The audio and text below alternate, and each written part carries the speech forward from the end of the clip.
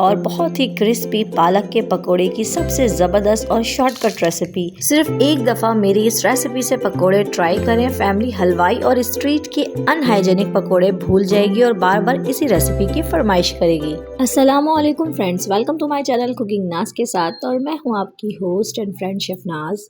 Friends, पालक के पकोड़े किसे पसंद नहीं होते।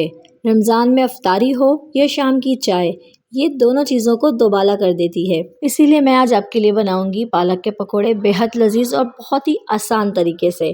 तो इसके लिए हम पालक के अच्छे से पत्ते ले लेंगे। देखें, इस तरह के। जो ख़राब होंगे हम उन्हें वेस्ट कर देंगे, वो हम यूज़ नहीं करेंगे। और हमने डंडी भी यूज़ नहीं करनी है, सिर्फ इसके पत्ते यूज़ करने हैं। पालक के पत्तों को काटने से पहले आपने इसे वॉश कर लेना है अच्छी तरह से, क्योंकि इसमें बहुत ज़्यादा मिट्टी होती है। जब आप इसको साबित पत्तों को वॉश करेंगे तो मिट्टी अच्छी तरह से साफ़ हो जाती है और आपका पानी भी ज़्यादा वेस्ट नहीं होगा। तो मेरी वीडियोस को देखते रहें और अच्छी टिप्स लेते रहें। अब हमने पालक को बारीक बारीक कटिंग कर लेना है। इसकी डंडी निकाल देंगे हम पूरी तरह से। उसके बाद हम इसके पत्तों की कटिंग कर लेंगे इस तरह से बारीक बारीक सी। क्वांटिटी आप पकौड़ों के हिसाब से ले सकते हैं, कम या ज़्यादा जो भी। अब हमने एक बाउल में पानी लेना है और इसमें इसको शामिल कर देंगे। काटने के बाद हमने पत्तों को इस तरह नहीं छोड़ना है, इसे पानी में रखना है। पालक में आयरन वाफिर मिकदार में पाया जाता है, इसलिए हमने इसे पानी में रखना है ताकि ये काले ना हो। अब हमने पकौड़ों के लिए प्याज की कटिंग कर लेनी है। प्याज हमने बहुत ज़्यादा मोटी नहीं काटनी है, बारीक काटनी है। हाँ, लेकिन आपने स्लाइसर से नहीं कटिंग करनी है इसकी, क्योंकि स्लाइसर से प्याज बहुत ज़्यादा बारीक हो जाएगी। तो आपने इसे छुरी की मदद से ही कट करनी है। प्याज की क्वांटिटी भी आपने पकौड़ों के हिसाब से लेनी है। मैंने यहाँ 2 अदद प्याज की कटिंग की है। और कटिंग देखिए, हमने इस तरह से लंबाई में कटिंग करनी है ताकि इसकी जो परतें हैं वो लंबी लंबी कटें। अब हमने एक बड़ा सा बॉल ले लेना है, उसमें शामिल करना है 1 कप बेसन। बेसन को आपने अच्छी तरह से छान कर लेना है ताकि बेसन में जो मोटी मोटी सी गुठलियाँ होती हैं वो बिल्कुल भी ना हो। 1/2 टीस्पून या नमक शामिल करेंगे, 1/4 टीस्पून शामिल करेंगे हल्दी पाउडर, 1/2 टीस्पून शामिल करेंगे सुरख मिर्च पाउडर, 1/4 टीस्पून शामिल करेंगे अजीनोमोटो यानी चाइनीज नमक। ये टोटली ऑप्शनल है, पर इससे बहुत ज़बरदस्त टेस्ट आता है। यहाँ मैंने 1 टेबलस्पून शामिल किया है कुटा हुआ धनिया और 1 टीस्पून शामिल करेंगे कुटा हुआ ज़ीरा। इसको हल्का सा क्रश कर लें, क्रश करके शामिल करें। 2 अदद मैंने हरी मिर्चों को इस तरह से बारीक काट के शामिल किया है। जो हमने प्याज कट करके रखी थी वो शामिल कर देंगे।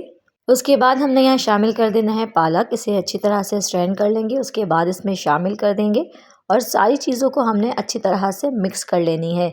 हमने अभी पानी शामिल नहीं करना है, क्योंकि पालक में भी पानी है, प्याज का अपना पानी होता है। सारी चीज़ों को जब हम अच्छी तरह से मिक्स कर लेंगे, फिर हमें सही आइडिया होगा कि हमने इसमें कितना पानी शामिल करना है।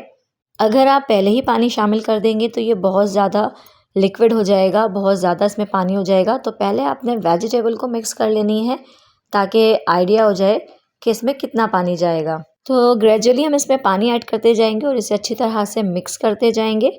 यकीन करें फ्रेंड्स, ये इतने मज़ेदार पकोड़े बनकर तैयार होते हैं कि एक बार आपने ये ट्राई कर लिया तो आप बाहर के पकोड़े लाना भूल जाएंगे। ये इतने टेस्टी बनते हैं। जब ये अच्छी तरह से मिक्स हो जाए, फिर इसे कम से कम 15 से 20 मिनट के लिए हम स्टे देंगे ताकि अच्छी तरह से सेट हो जाए। उसके बाद हमने इसे फ्राई करना है। फ्राई करने के लिए ऑयल को हमने मीडियम टू लो फ्लेम पे गर्म करना है। अगर आप बहुत ज़्यादा गर्म कर देंगे तो ये डालते ही जल जाएंगे। देखें, इसमें बबल्स तो बन रहे हैं अच्छी तरह से, लेकिन ये बहुत ज़्यादा हॉट नहीं है। और ना ही हमने इसे ठंडा रखना है, वरना सारे पकोड़े जो है वो बिखर जाएंगे, ख़राब हो जाएंगे। अब हमने एक मुनासिब साइज़ में यहाँ पर बैटर शामिल करते जाना है।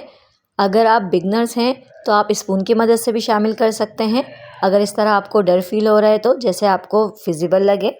इसकी जो शेप है वो हमने अनइवन रखना है, कोई बहुत ज़्यादा गोल मटोल नहीं बनाना है, वो गुलगुले की शेप में आ जाएगा। हमने इसे अनइवन रखना है इस तरह से, ताकि टेस्ट के साथ साथ ये देखने में भी खूबसूरत लगे। जब तक एक साइड से थोड़े से फ्राई ना हो जाए, इसकी साइड चेंज नहीं करनी है।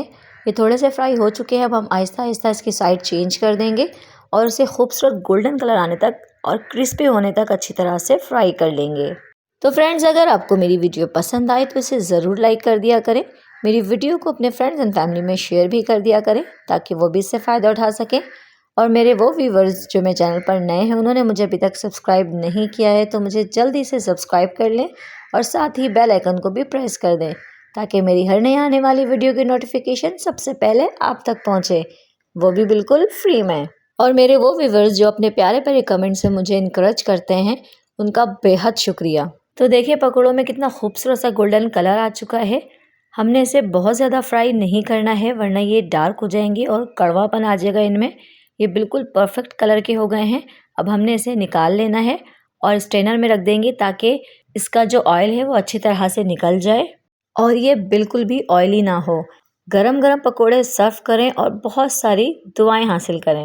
ये बहुत ही टेस्टी, बहुत ही ज़बरदस्त, बहुत ही जायकेदार, बहुत ही मज़ेदार क्रिस्पी पकोड़े बनकर तैयार हुए हैं।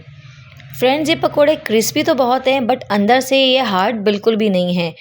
बहुत ही ज़्यादा सॉफ्ट हैं, नरम मुलायम है और सिर्फ ये बाहर से क्रिस्पी हैं। ये देखिए मैं आपको दिखाऊं ये कितने क्रिस्पी पकोड़े बनकर तैयार हुए हैं, लेकिन अंदर से ये बिल्कुल भी हार्ड नहीं है। बहुत ही सॉफ्ट, बहुत ही नरम मुलायम बनकर तैयार हुए हैं ताकि आपके घर के बुजुर्ग इसे बआसानी खा सकें और आपको दुआएं दें। तो इसे ज़रूर ज़रूर ज़रूर ट्राई करें, एंजॉय करें और मुझे अपनी दुआओं में याद रखें।